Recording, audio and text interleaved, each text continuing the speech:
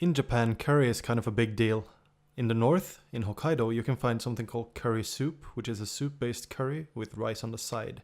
In other places in Japan, kareaisu is also very popular, which is a more thick curry with rice on the side as well. But you shouldn't forget about this one, my favorite, the kare udon, which is just kareaisu without the rice and udon instead. So to make kare udon at home, you're going to start with oiling up your pan.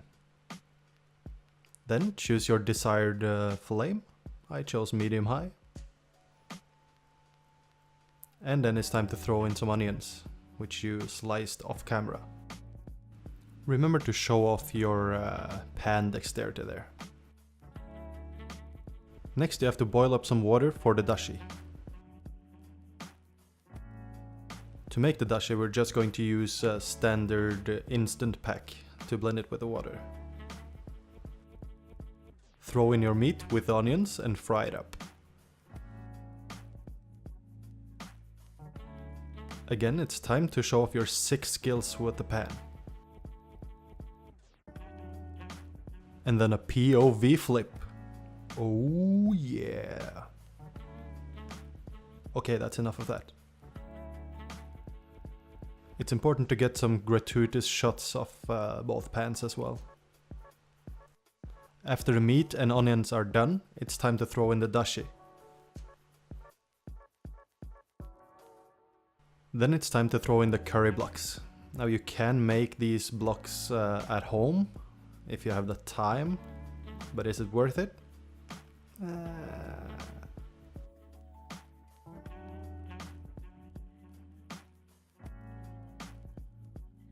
Now in real time, look how fast this thickens up.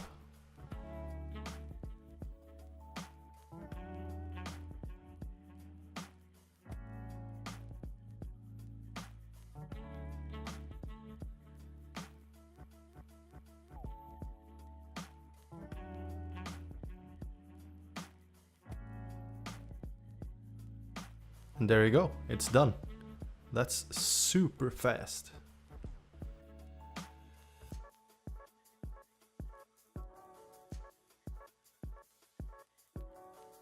But we mustn't forget the udon noodles. If you have fresh udon noodles like I do, just boil up the water, turn off the flame, and let them steep in the hot water for a few minutes. If you have dried udon, just boil them like spaghetti.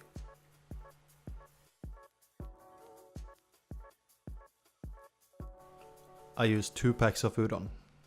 Don't judge me, I was hungry, okay? Try to separate the noodles, and if you're using chopsticks you can actually feel when they're done. They're supposed to be kind of squishy on the outside, but yet still firm. Then it's time to assemble this bad boy. Let's start with the udon noodles.